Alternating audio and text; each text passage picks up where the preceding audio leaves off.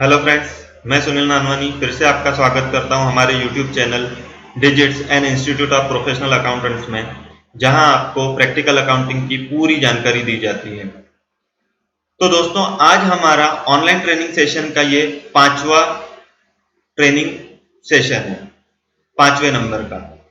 In this session you will be able to understand, इसमें आपका क्या क्या कवर होगा देखिए। Types of expenses and their effects in books of account, types of income and their effects in books of accounts, types of loss and their effects in books of account। देखिए दोस्तों, business करना है तो सीधी सी बात है, कुछ ना कुछ खर्चा करना पड़ेगा, उसके बाद जाके वो बिजनेस स्टार्ट होगा या वो बिजनेस चलेगा। वो खर्चा तो हमको करना पड़ेगा फर्स्ट। और सेकंड चीज, अगर हम वो खर्चा कर रहे हैं तो सीधी सी बात है, वो कुछ ना कुछ इनकम करने के लिए कर रहे हैं। पहले हमने खर्चा किया काहे के लिए, तो वो हमको इनकम अर्न करना है। तो ये दो चीजें हैं जो करना ही पड़ेगा और बिजनेस चलेगा। और अनडाउटेडली हो सकता है कि उसमें कुछ ना कुछ लॉस हो जाए, या तो हमारे लैक ऑफ नॉलेज के कारण, या कुछ सिचुएशंस ऐसी बन जाए कि जिसके कारण हमको वो लॉस हुआ। तो लॉस भी उसमें ऐड रहता है, होता ही है बिजनेस में। इसलिए बोला जाता है कि अगर हमको बिजनेस करना है तो हमको प्रिपेयर रहना पड़ेगा कि हो सकता है हमें कुछ लॉस हो जाए, तो उससे हमें डीमोटिवेट नहीं होना है, हमको उसको नॉर्मली एक्सेप्ट करना है, क्योंकि अगर बिजनेस हो रहा है तो लॉस होने के चांसेस भी रहेंगे। तो आइए हम एक्सपेंसेस से स्टार्ट करते हैं। Any amount paid to services or goods used for earning revenue is known as expense। There are two main types of expenses. देखिए, एक्सपेंसेस जो हमने किए हुए हैं वो हमने सिर्फ खर्चा करना है इसलिए नहीं, कि हमको कुछ इनकम अर्न करना है, और उसके लिए हमने वो एक्सपेंसेस किए हुए हैं बिजनेस में। कि या तो हमने कोई सर्विस उठाई हुई है कि वो सर्विस जो मैं उठा रहा हूं उससे मेरे बिजनेस में एक ऐसी चीज आ जाएंगी जिससे मैं आगे फर्दर सर्विसेज प्रोवाइड कर पाऊंगा, तो उसके लिए जो हमने खर्चा किए वो एक्सपेंस हो गया। प्लस या हमने कोई मटेरियल परचेस किया, कोई चीज परचेस की है वो मेंटेन करने के लिए बिजनेस को, तो वो जो खर्चा हुआ उसको एक्सपेंस बोला जाएगा। और उसके दो मेन टाइप हैं, एक है रेवेन्यू एक्सपेंसेस और दूसरा है कैपिटल एक्सपेंसेस। तो रेवेन्यू एक्सपेंसेस किसको बोलते हैं, देखिए, revenue expense which does not create any asset and is spent on daily basis to run business is known as revenue expenses। Revenue expense होने की दो कंडीशन रहेगी, कि एक तो वो कोई एसेट क्रिएट नहीं करेगा, और दूसरी कि वो रिकरिंग इन नेचर रहेगा, कि वो बिजनेस में जो कर रहे हम बिजनेस डेली बेसिस पे कुछ ऐसे खर्चे रहेंगे वो करना ही पड़ेगा, उसके बाद ही वो बिजनेस मेंटेन रहेगा। They are recurring in nature like fuel for motor car. Suppose आप घर से ऑफिस जाते हो या ऑफिस से अपने क्लाइंट्स के यहाँ जाते हो बाय कार, और उसमें जो आप पेट्रोल भरवाते हो वो हो जाएगा रेवेन्यू एक्सपेंसेस। रेवेन्यू क्यों, तो वो बार बार होते रहेगा, प्लस वो जो रहेगा पेट्रोल, वो पेट्रोल पे जो हम खर्चा कर रहे हैं उससे कोई एसेट क्रिएट नहीं हो रही। हाँ, अगर आप मोटर कार लेते हो तो वो कैपिटल एक्सपेंस हो जाएगा कि वन टाइम है, प्लस उससे कोई एक एसेट क्रिएट हुई है। अब देखिए, आपने सपोज 5 लाख रुपए की कार ली है, 4 साल के अंदर आपने वो कार में हो सकता है 10 लाख का पेट्रोल डाल दिए हो, क्योंकि आपको इतना बाहर जाना पड़ता है कस्टमर्स के यहाँ, क्लाइंट्स के यहाँ, या बिजनेस प्रमोशन के लिए। अब आपकी जो 5 लाख की कार थी, 10 लाख का पेट्रोल उसमें डाल दिए, तो आप 4-5 सालों के बाद ये नहीं बोल सकते कि अब मेरी कार की वैल्यू 15 लाख रुपए हो गई। क्यों, तो कार की कॉस्ट थी 5 लाख रुपए और मैंने पेट्रोल उसमें डाला है 10 लाख रुपए का। तो यहाँ कोई एसेट क्रिएट नहीं हो रही, कोई वैल्यू नहीं बढ़ रही वो चीज की। खर्चा हो जाएगा लेकिन वो पर्टिकुलर पीरियड के लिए ही, उसके बाद वो खर्चा बुक होने के बाद उसकी कोई एसेट नहीं बन रही, वो वहीं के वहीं खत्म हो जा रहा है। The effects of these expenses only for one accounting period, and hence all these expenses debited either in trading account और in profit and loss account. कि वो खर्चा पर्टिकुलर वो पीरियड के लिए होगा, उसके बाद कोई एसेट उसकी क्रिएट नहीं हो रही। दूसरा एग्जांपल लेते हैं, सपोज आपके पास खुद का शॉप नहीं है, आपने बिजनेस स्टार्ट किए, शॉप में आपने यानी स्टार्ट करने के लिए आपने एक रेंटेड शॉप ली है। अब आपने समझो उसका किराया 10,000 रुपए महीने का जाता है, आपने 5 साल वहां पे शॉप चलाए 10,000 के हिसाब से, आपने वो लैंडलॉर्ड को, आप हो गए टेनेंट, लैंडलॉर्ड को आपने 10,000 के भाव से 1 साल का दिया 1,20,000 और 5 साल का आपने दे दिए तकरीबन जो भी उसका प्लस आएगा वो, तो वो जो हमने उसको दे दिया, अब वो फिगर गया है हमारा लाखों में। अब सपोज आपको वो चीज छोड़ना है, शॉप जब आप छोड़ रहे हो कि आपको कहीं दूसरी जगह पे रेंट पे लेना है, या तो वो लैंडलॉर्ड ने आपको खाली करने के लिए बोल दिया, उसका कुछ प्लान हो गया होगा कि वो बिजनेस खोलेगा या किसी और को देगा या अपने रिलेटिव को देगा XYZ जो भी रीजन रहेगा। अब जो आपने उसको लाखों का रेंट दिए थे उसकी वैल्यू टोटल 0 हो जाएंगी। आप उसको ये नहीं बोल सकते कि मैंने तेरे को मोर देन 5 लाख रुपीज जो दिया था तो उसके एवज में मैं तुम्हारे यहाँ का कोई एक दरवाजा निकाल के जाऊं क्या, या तुम्हारे यहाँ की विंडो निकाल के जाऊं क्या, या तुमने जो ये फर्नीचर लगाए थे वो निकाल के लेके जाता हूँ क्यों, तो वो 25,000 की चीज ही तो है, मैंने तो तुमको 5-6 लाख रुपए दे दिया है इन 4-5 सालों में, तो वो अलाउ नहीं करेगा। क्यों, तो उनकी बात क्या हुई थी कि रेंट देना है, उसको सिर्फ रेंट देना है पर्टिकुलर वो चीज यूज करने के लिए, ना कि वो चीज उसकी हो जाएगी। तो यहाँ जो उसने रेंट दिया हुआ है वो रहेगा रेवेन्यू एक्सपेंसेस, रीजन कि उसको हर महीने देना है, यानी रिकरिंग टाइप ऑफ नेचर है, हर महीने देना ही पड़ेगा। अगर वो अगले महीने उसको पैसा नहीं देता था तो वो उसको रवाना कर देता था कि मैंने तेरे को ये शॉप रेंट पे दिया है रेंट के लिए, यानी रेंट का जो फंड तू देगा उसके लिए, अगर तू वही नहीं दे रहा तो इसको खाली कर, मैं किसी और को दे दूंगा। तो वो मेंटेन करने के लिए बार बार उसको रेंट देना ही पड़ेगा हर महीने, प्लस कोई एसेट भी क्रिएट नहीं हो रही कि वो अगर 40 साल भी वहां पे रह लेगा और जाके 1 करोड़ भी हो जाएगा उसका अमाउंट रेंट का टोटल दिया हुआ, तो भी वो शॉप की कीमत अगर 25 लाख रुपए भी है तो भी वो शॉप उसका नहीं हो जाएगा कि शॉप की कीमत 25 लाख है, किराया वो दे चुका 1 करोड़ रुपए, फिर भी वो बोल नहीं सकता कि ये शॉप मेरा हो गया, कोई भी एसेट क्रिएट नहीं हुई यहाँ पे। It may available for next year, but it doesn't make any difference like stock of consumables, that is stationary items available in hand for next year। देखिए, हो सकता है अभी हमने बात की है कि हो सकता है कि ये जो हम खर्चे कर रहे हैं वो पर्टिकुलर पीरियड में खत्म हो जाए, जैसे वो रेंट 30 दिन अगर लैप्स हो गए तो वो रेंट की वैल्यू खत्म हो गई, अब अगेन हमको वो रेंट देना पड़ेगा। लेकिन कुछ इसमें एक्सेप्शंस रहेंगे, लाइक स्टेशनरी हमने ऑफिस के लिए मेंटेन जो करते हैं कि यूज के लिए day to day printing and stationery, वो नॉर्मली 4-5 हजार जो भी जिसका वर्किंग होगा वैसा मेंटेन करेगा, वो 1 महीने में खत्म हो जाएंगी, अगेन स्टेशनरी लाई जाएंगी, देन अगले महीने में, तो वो रेवेन्यू एक्सपेंसेस है।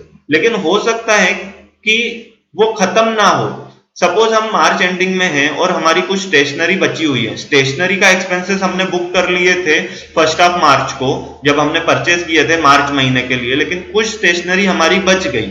अब बच गई का मतलब क्या है कि हमारी बात क्या हो रही है यहाँ पे कि एक अकाउंटिंग ईयर के लिए रहेगा, वो पर्टिकुलर पीरियड के लिए रहेगा, आपने तो वो खर्चा बुक कर लिए, आप देखोगे यार मेरे को 31 मार्च में तो मेरे पास स्टेशनरी पड़ी है, आप वो स्टेशनरी जाके फेंक थोड़ी ना दोगे, आप वो अपने पास रखोगे, वो दूसरे ईयर में काम में आएंगी आपको अप्रैल मंथ में।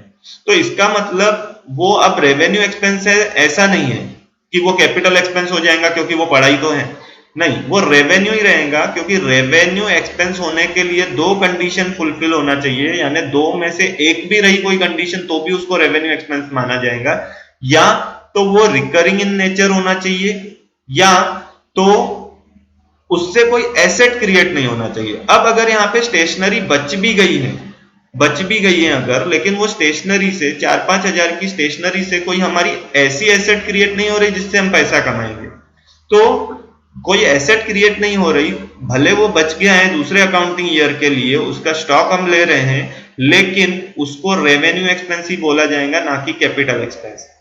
Revenue expenses further divided as direct and indirect expenses. देखिए, एक्सपेंसेस जो रहेंगे रेवेन्यू के, उसके 2 प्रकार रहेंगे, direct and indirect expenses. Direct expenses क्या रहेंगे? डायरेक्ट एक्सपेंसेस वो रहेंगे जो डायरेक्टली हमारी प्राइम एक्टिविटीज ऑफ बिजनेस से कनेक्टेड रहेंगे। लाइक अगर कोई ट्रेडर है, वो कोई मटेरियल परचेस करता है और वो मटेरियल आउट ऑफ सिटी से आ रहा है, उस पे जो ट्रांसपोर्टेशन का कॉस्ट लगेगा, उस पे जो लोडिंग अनलोडिंग कार्टिंग चार्जेस लगेगा या फ्रेट आप बोल दीजिए, वो जो लगेगा वो उसका हो गया डायरेक्ट एक्सपेंसेस। वो उसके साथ उसको ऐड करेगा और बोलेगा ये चीज मेरे को इतने की पड़ी बाकी के खर्चे करने के लिए, यानी वो मटेरियल को वो बिजनेसमैन उसके गोडाउन तक, उसके वेयर हाउस तक या उसके शोरूम में सेफली पहुंचाने के लिए जितने भी टाइप के खर्चे लगेंगे उसको वो डायरेक्ट एक्सपेंसेस बोलेगा। अब बाकी वो दुकान को मेंटेन, शॉप हो या शोरूम हो, उसको मेंटेन करने के लिए जो खर्चे लगेंगे like electricity bill, selling expenses या कुछ अदर एक्सपेंसेस, वो उसको इनडायरेक्ट एक्सपेंसेस में लेगा, क्योंकि वो कॉस्ट ऑफ गुड में इंक्लूड नहीं करेगा उसको। वो बोलेगा कि मैंने प्रोडक्ट को लाया, मेरे को ये खर्चे लगे, तो वो मेरे डायरेक्ट एक्सपेंसेस हो गए। अब यहाँ दुकानदार के लिए इलेक्ट्रिसिटी एक्सपेंसेस फॉर शॉप और ऑफिस या उसके गोडाउन का, वो रहेगा इनडायरेक्ट एक्सपेंसेस, सॉरी, हाँ, इनडायरेक्ट एक्सपेंसेस रहेगा। अब इनडायरेक्ट एक्सपेंसेस जो इलेक्ट्रिसिटी बिल है, इसका मतलब इलेक्ट्रिसिटी बिल सभी के लिए इनडायरेक्ट एक्सपेंस रहेगा ऐसा नहीं है। अब हम बात करते हैं किसी मैन्युफैक्चरिंग कंसर्न की।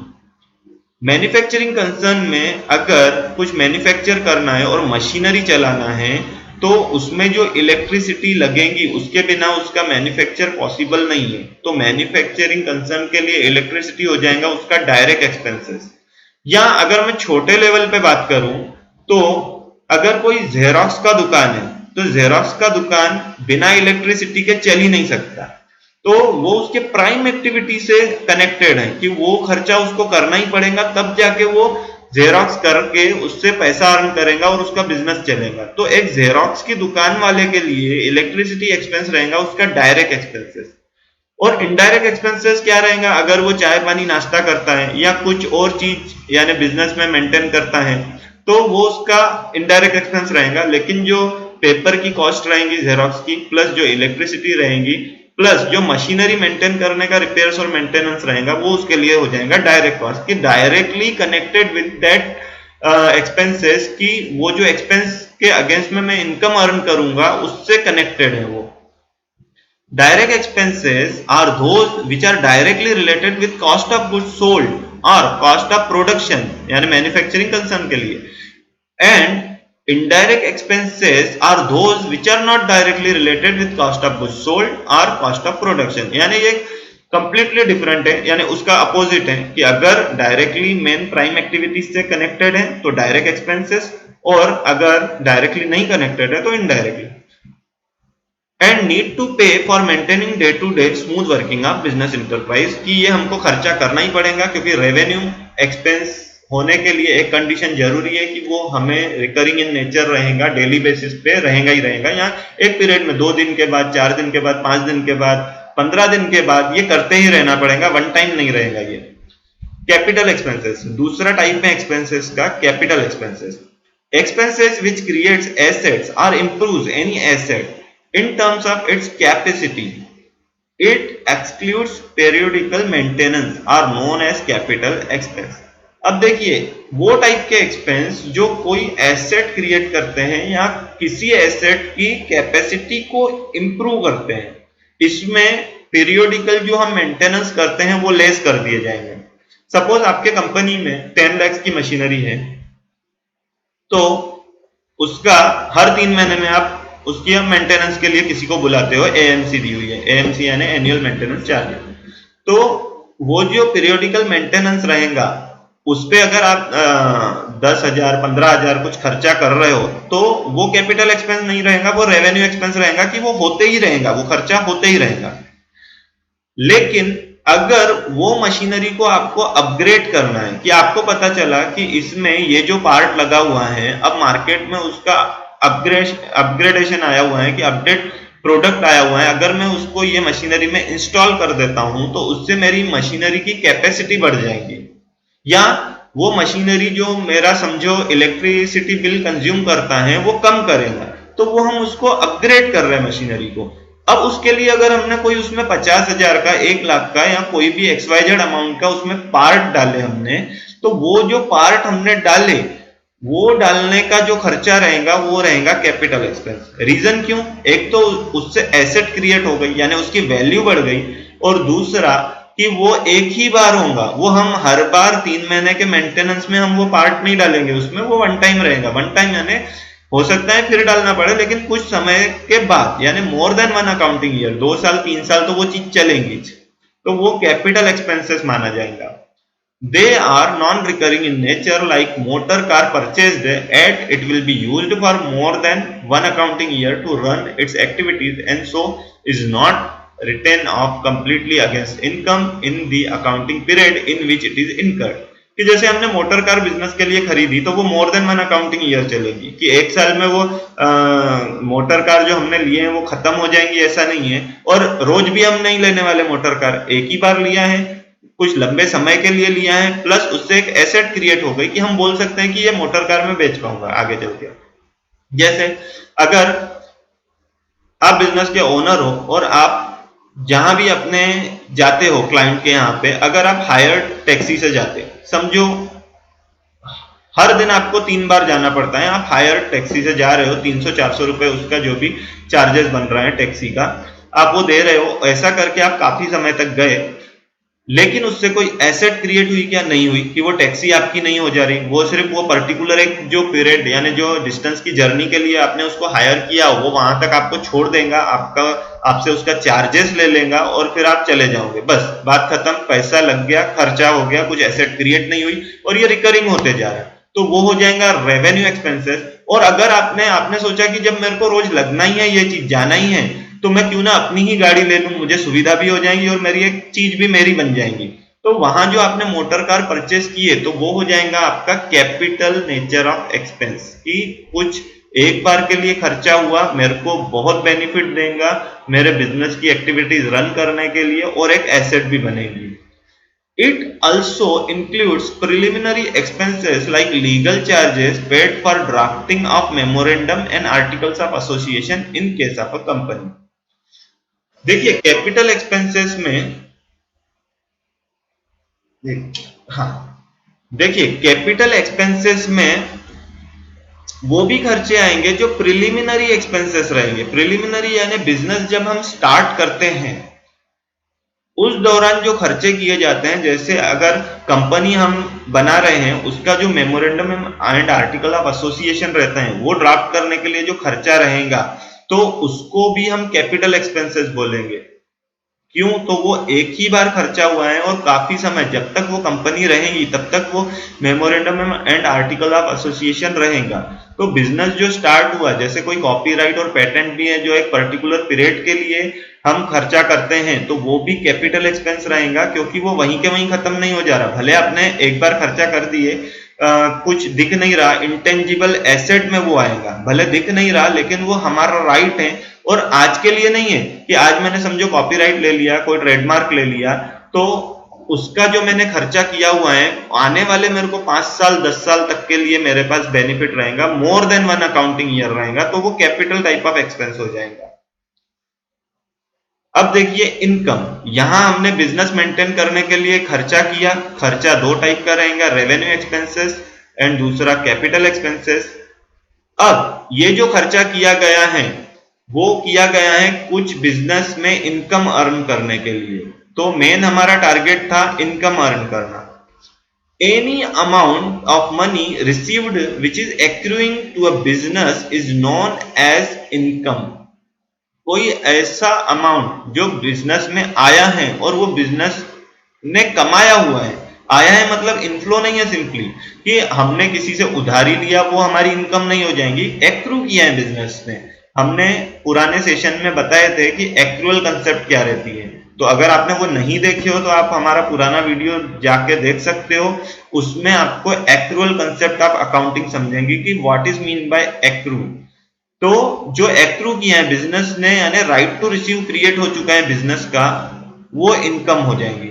It may B divided into two category, same जैसा एक्सपेंसेस दो कैटेगरी में डिवाइडेड है कि रेवेन्यू एक्सपेंसेस और कैपिटल एक्सपेंसेस, सेम इनकम भी दो पार्ट में डिवाइड की जाती है, revenue income and capital income. Completely उसका उल्टा ही रहेगा, आइए हम डिटेल में समझते हैं।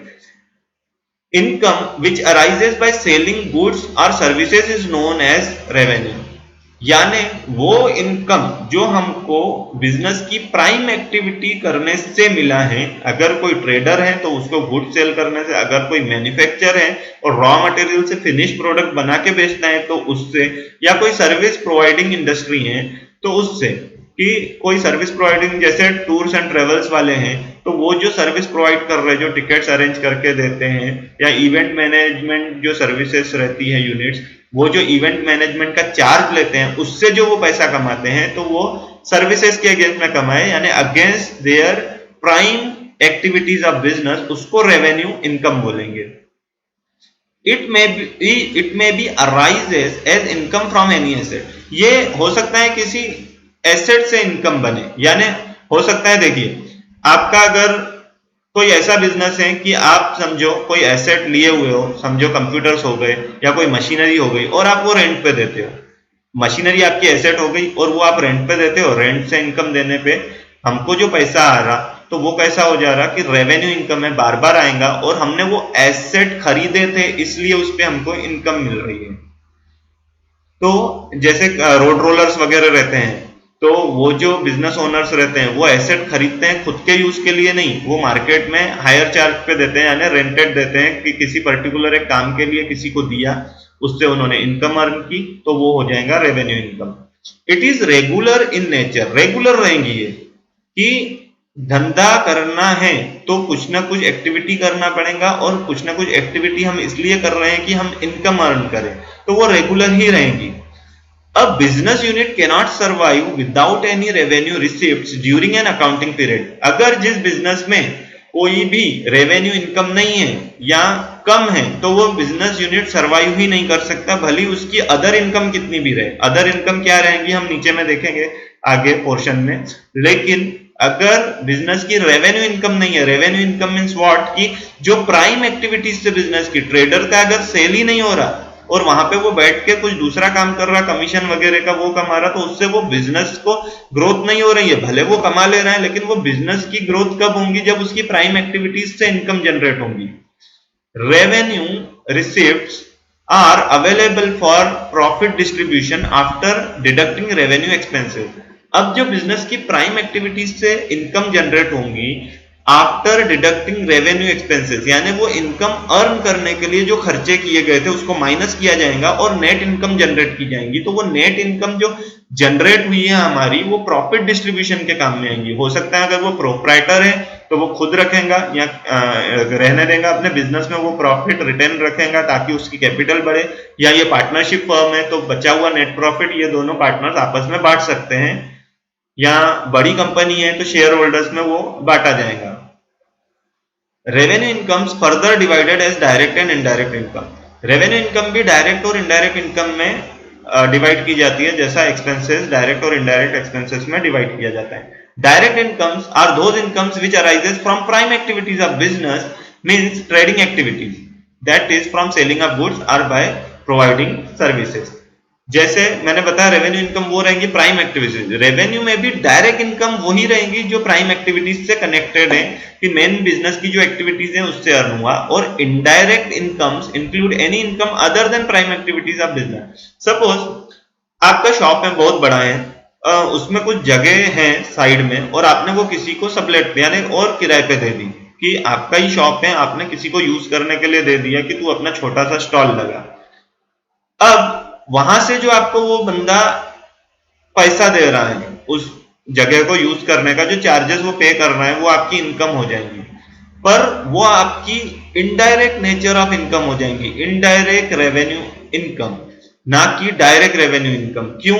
तो आपने वो बिजनेस जो खोला था वो प्रोडक्ट को सेल करने के लिए। आपका समझो एक घड़ी का दुकान है, वॉच की शॉप है आपकी, तो आपने वो बिजनेस खोले हो, उसका नाम भी दिए हो XYZ वॉच ट्रेडर्स या जो भी, तो आपका प्राइम एक्टिविटीज क्या था कि मैंने ये दुकान खोला है घड़ी बेचने के लिए, ना कि वो बंदे को किराए पे वो उतना सा पोर्शन देने के लिए। तो डायरेक्ट इनकम आपकी क्या रहेंगी, डायरेक्ट रेवेन्यू इनकम, कि आप जो घड़ी बेच के पैसा अर्न करोगे, लेकिन वो जो चार्जेस दे रहा है वो पोर्शन यूज करने का जगह का, उससे जो इनकम आएंगी वो इनडायरेक्ट इनकम हो जाएंगी, क्योंकि वो other than prime activities of business है।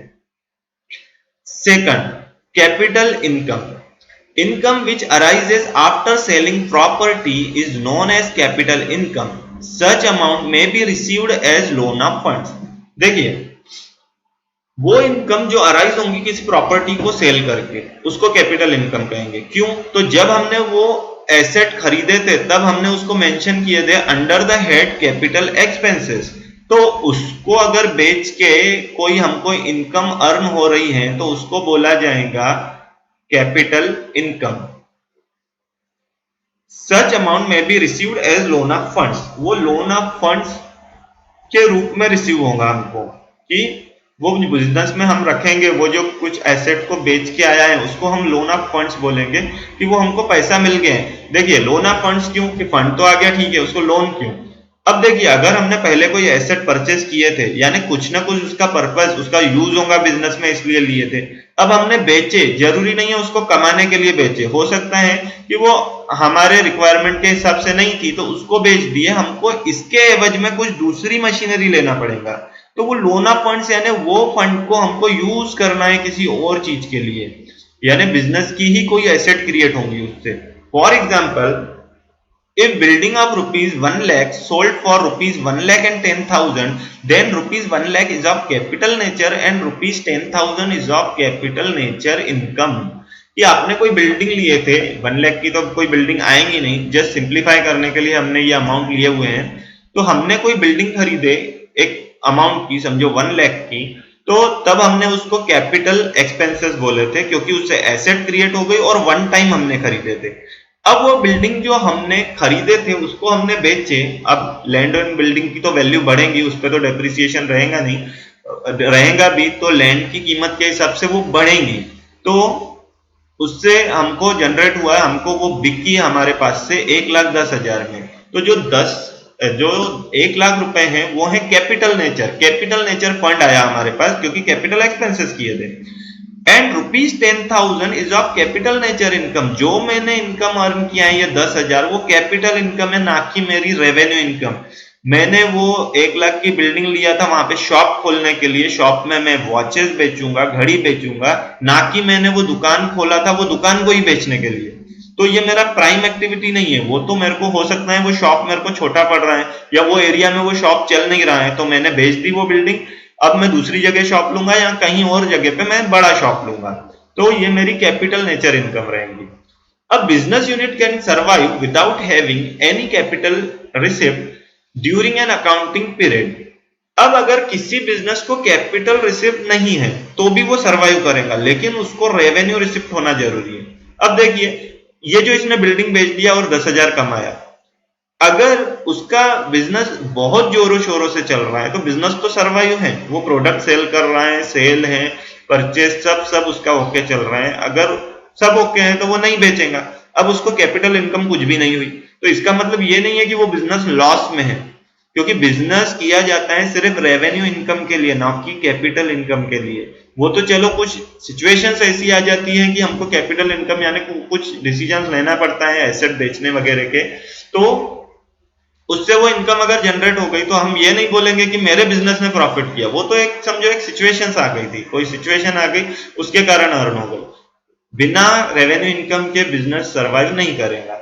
Capital receipts are not available for profit distribution. देखिए बिजनेस किया जाएगा रेवेन्यू इनकम के लिए, उससे जो पैसा आएगा वो डिस्ट्रीब्यूट किया जाएगा, यानी वो ओनर लेगा या बिजनेस में रखेगा या पार्टनर्स बांटेंगे या शेयर होल्डर्स में बांटा जाएगा, लेकिन जो कैपिटल रिसिप्ट हुई है वो प्रॉफिट डिस्ट्रीब्यूशन के लिए नहीं रहेंगी, वो पड़ी रहेंगी। जैसा मैंने बताया था कि लोन ऑफ फंड यानी जो बेच रहे सीधी सी बात है उसके एवज में हमको उससे कोई अच्छी चीज लेना है जिसकी रिक्वायरमेंट हमें है, तो उसको यूज करके प्रॉफिट में नहीं बांट दिया जाएगा कि मेरे को ये 10,000 मिले तो मैं जाके बांट दूं अपने 2 पार्टनर में 5-5 हजार रुपए।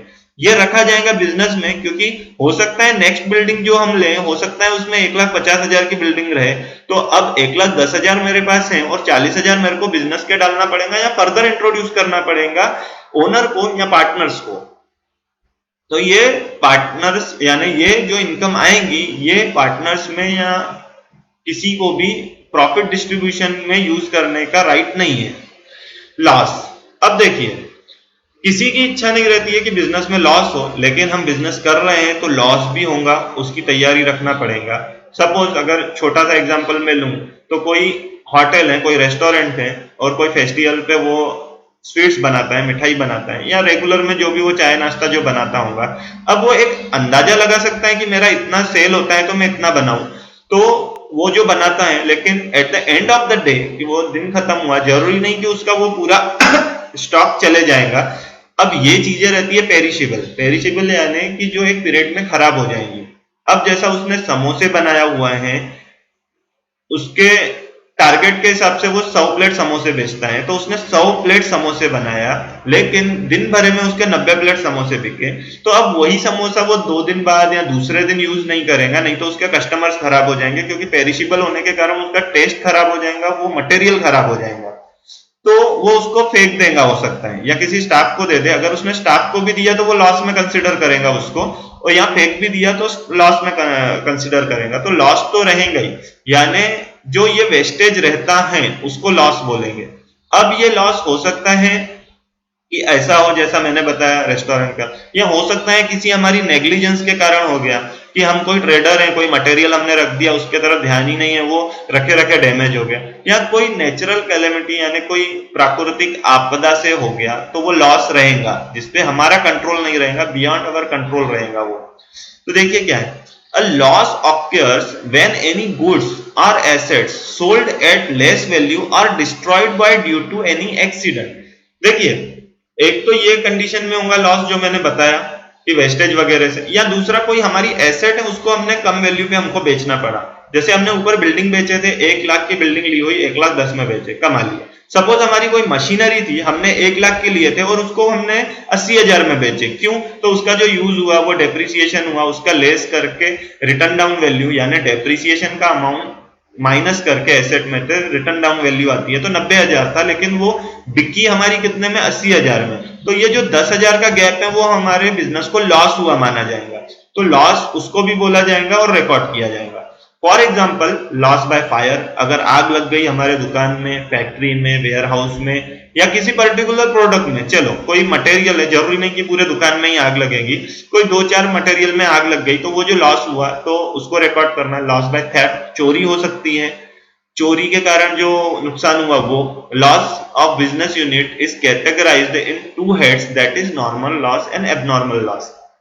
अब देखिए कि ये जो लॉस हो रहा है 2 टाइप का रहेगा, नॉर्मल एंड एबनॉर्मल।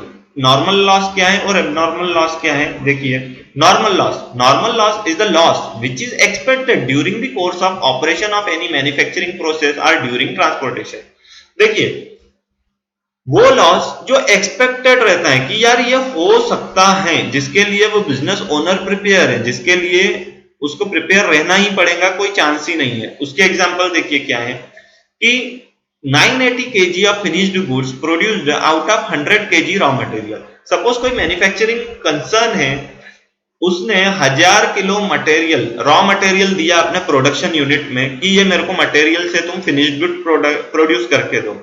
अब उसने अगर 1000 किलो रॉ मटेरियल दिया है ना, तो वो ये एक्सपेक्ट नहीं करेगा कि जो मेरा फिनिश्ड प्रोडक्ट बनेगा वो 1000 किलो का ही बनेगा, क्योंकि हर मैन्युफैक्चरिंग प्रोसेस में कुछ ना कुछ प्रोडक्शन के दौरान वेस्टेज होता ही है, कि वो फिनिशिंग में होता है कि लोडिंग अनलोडिंग में कुछ मटेरियल गिर जाए, या फिनिश प्रोडक्ट जब बनता है उसमें रॉ मटेरियल में उसके छिलके वगैरह भी इंक्लूड रहते हैं। जो रॉ मटेरियल खेती का प्रोडक्ट रहेगा वो छिलके निकल जाएंगे, तो मैंने दिया तो 1000 किलो पर मेरे को मिलेगा कितना? 980 किलो, या लेस देन दैट, कि उससे भी कम हो सकता है। तो वो जो लॉस हुआ इसको नॉर्मल लॉस बोलेंगे, कि ये होगा ही, कि अगर ऐसा नहीं है कि मैं नहीं कर पाया और कोई दूसरी कंपनी वाला इसको अच्छे से करेगा तो लॉस नहीं होगा, वहां भी लॉस होगा। हो सकता है मेरा 980 kg फिनिश गुड निकला, उसका 990 kg निकले, 10 किलो का ही उसका वेस्टेज हो, लेकिन उसका वो उतना वेस्टेज तो रहेगा ही। And second, 780 bricks received in good condition out of 300 bricks from supplier। Suppose मैंने मटेरियल मंगाया, या तो मुझे कंस्ट्रक्शन करना, या तो समझो मैं रिसेलर हूं ब्रिक्स का, सप्लायर से मंगाया मैंने एक ट्रक मटेरियल ब्रिक्स का, जो है 300 पीसेस मैंने मंगाया। अब ट्रांसपोर्टेशन में ये चीज ऐसी है कि ब्रेक हो सकती है, टूट सकती है, कि रोड से आते समय, जैसे रोड सीधा प्लेन रोड नहीं है और आते आते जो गाड़ी चल रही है उसमें कुछ मूवमेंट के कारण कुछ मटेरियल टूट गया ब्रिक्स का। ब्रिक्स को आप यहाँ पे ग्लास भी समझ सकते हो, समझो कोई कांच का मटेरियल आ रहा है 300 पीसेस, उसमें से हो सकता है कि 15 पीसेस मेरे टूट जाए और मेरे को इन गुड कंडीशन मिला 285 पीसेस। अब देखिए जरूरी नहीं है खरीदार के ऊपर ही बर्डन आएगा कि 15 जो लॉस हो गई वो तुम्हारे ऊपर है। हो सकता है कि हमने सप्लायर को स्ट्रिक्टली वार्निंग दी हो, अगर तेरा पैकिंग बरोबर नहीं होगा और उसके कारण कुछ मटेरियल की टूट फूट हुई तो उसका खर्चा यानी उसका नुकसान तेरे को बियर करना पड़ेगा। तो ये मिला तो हमको 280 पीसेस 285 पीसेस, लेकिन ये जो नुकसान बियर करेगा सप्लायर। तो लॉस जो नॉर्मल लॉस रहेगा बेचते समय भी हो सकता है, खरीदते समय भी हो सकता है। As this is the type of normal loss, it affects the cost of other goods which are not in good condition by showing actual quantity and billed quantity separately by adjusting rates accordingly। अब देखिए अगर ये loss हमने supplier के तरफ डाल दिया कि तेरी गलती के कारण हमें 285 ब्रिक्स मिली या पीसेस ऑफ ग्लास, कांच के टुकड़े जो थे मेरे टुकड़े यानी प्रॉपर शेप के जितने साइजेस के मैंने मंगाया था वो मेरे को 285 पीसेस मिले आउट ऑफ 300, तो ये लॉस तेरा हो जाएगा, तब तो कोई तकलीफ ही नहीं है। लेकिन अगर ये परचेसर जो परचेस यानी आप बिजनेस में परचेस कर रहे हो रीसेल करने के लिए या इवन कोई एंड यूजर है वो भी खरीद रहा है अपने यूज के लिए अपने घर में लगाने के लिए, तो वो क्या करेगा इसको एडजस्ट कर देगा क्योंकि ये नॉर्मल एक्सपेक्टेड ही था। तो सपोज एक ब्रिक की कीमत 5 रुपए थी तो 3×5 = 15, तो ये हो गई समझो 1500 रुपए की ब्रिक्स। अब उसमें से 15 पीसेस ब्रिक्स कम आई तो उसको एडजस्ट कैसा करेगा सामने वाला, क्योंकि बिल तो हमको सप्लायर ने दिया है 5 रुपए के रेट के हिसाब से। तो वो क्या सोचेगा कि मैं ऐसा एज्यूम करता कि मेरे को 1500 में 285 ब्रिक्स आई, तो वो डिवाइड करेगा और 5 रुपए प्लस जो भी आएगा उसमें पकड़ेगा कि मेरे को ब्रिक्स उतने की आई।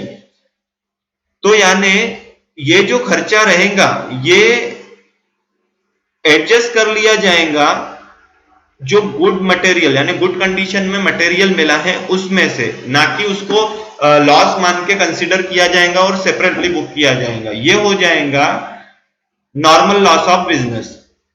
अब देखिए एबनॉर्मल लॉस क्या रहता है। Abnormal loss is the type of loss which is borne by business unit like material damaged due to negligence that is rice destroyed in rain और any other loss like loss by theft. अब abnormal loss यानी वो loss जो expected नहीं है लेकिन हो गया, क्या कर सकते हैं। जैसे बिजनेस आपका बिजनेस है कि राइस में आप डील करते हो, बोरे आए ट्रांसपोर्टेशन वाले ने यानी ट्रक वाले ने उतार दिया अनलोड कर दिया, आपके गोडाउन में जगह नहीं थी आपने बाहर रख दिया क्योंकि रेनी सीजन नहीं था। अब गलती से उस दिन रेन आ गई और वो आपका ध्यान ही नहीं रहा, मैंने वहां पे मटेरियल रखा है और वो डिस्ट्रॉय हो गया, खराब हो गया, भीग गया, वो डैमेज ही हो गया, उसको आप सेल नहीं कर पाओगे तो वो वेस्ट हो गया, तो वो हो गया लॉस, एबनॉर्मल लॉस, उसको अपन ने एक्सपेक्ट नहीं करे थे।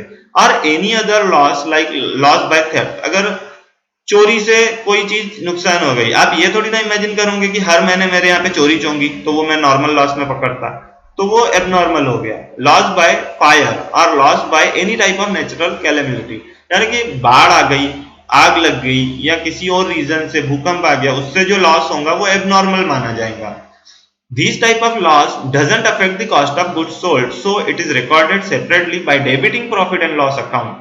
कि ये टाइप का जो भी लॉस रहेगा वो एबनॉर्मल रहेगा ना कि नॉर्मल, तो कॉस्ट ऑफ गुड्स पे उसका फर्क नहीं पड़ेगा। सपोज आपने ऊपर में जो 285 ब्रिक्स दिए थे अब वो आ गई, आपने एडजस्ट कर लिए कि मेरे को 1500 में 285 मिली, मैंने डिवाइडेड करके एक मेरा परचेस कॉस्ट निकाल लिया। अब गलती से आपने वो ब्रिक्स जहां पे रख दिए थे वो लेबर ने अब तोड़ दिया, किसी रीजन से नेग्लिजेंस के कारण वो टूट गई, उसमें से और 35 ब्रिक्स तोड़ गई। अब फिर से आप उसको एडजस्ट नहीं कर सकते कि भैया मेरे 35 तो और टूट गई, मैं ऐसा समझूंगा कि मेरे को अगर ट्रांसपोर्टेशन में ही 250 ब्रिक्स आती तो मैं क्या करता, तो अब मैं वो 5 रुपए से उसको 250 से वो डिवाइड करके अब फिर से परचेस कॉस्ट अगेन निकालूंगा। या ब्रिक्स अगर 35 चोरी हो गई, समझो आपने बाहर रखे थे प्रीमाइसेस के और वहां से 35 ब्रिक्स गायब हो गई, अब आप फिर से ये नहीं बोल सकते कि भैया मेरे को तो 250 ही मिली तो मैं फिर से एडजस्ट करता।